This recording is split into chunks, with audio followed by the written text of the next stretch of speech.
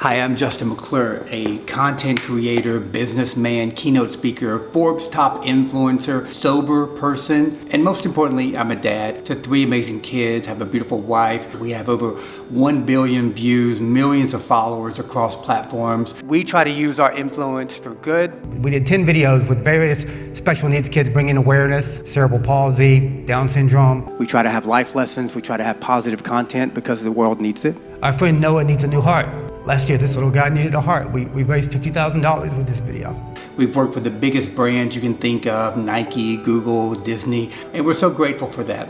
But that's not how my story started. It didn't all start that way. I'm gonna share with you a story about humility, a story about success. I used to be a drunk, a womanizer. The biggest distraction in my life for the longest time was myself. The distraction for finding love, happiness, success. For years, I held myself back. Imagine having the chance to do what you want to do in life, to do what you love to do in life, but having fear hold you back. One day I decided to look in the mirror and get honest, and I decided the biggest problem in my life was me. This is not impressive, the life that you're living. But I was still finding a way to live this crazy life. 3 driving under influences. I was 5150. That means you go to a mental ward. That was not my lowest point. For so many years, as I chased booze and I chased women and other things, it did not fulfill me. I wanted to make one change at first. I said, Justin, why don't you stop drinking? Stop drinking alcohol. Like, just start with that. Start small. You don't have to change your whole life. Start with the one thing. So I didn't drink alcohol that day, and then the next day, and then the next day, and then the next day. I haven't drank since.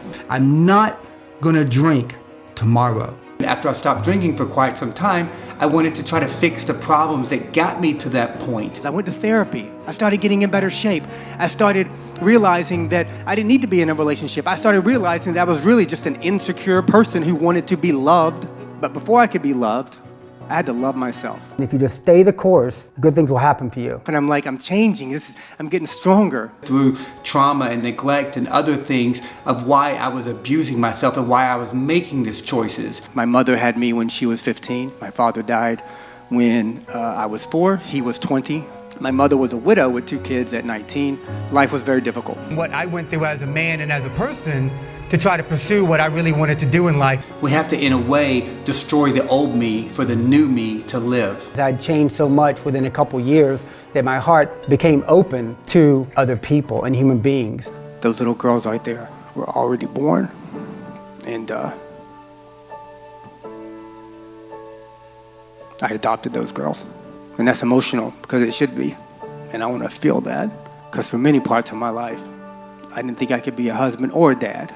I became bigger than my problems. And I said, I don't want to live like this anymore. I don't want to be that person anymore. The life I have is based on choices. Everything that we do, every thought that we have makes the world better or worse. There are no idle thoughts. Was I willing to put in the work that it took to do what I loved? My story is for you, because everyone is trying to do something. If you're climbing the ladder, if you're building a business, if you're an athlete, if you're trying to lose weight, if you are trying to curb that addiction, my story is based on humility, persistence, and resilience. And there's nothing special about me, but there is something special about what I did. But everyone can do that. The mountain was worth the climb because it allowed me to do exactly what I want to do with my life.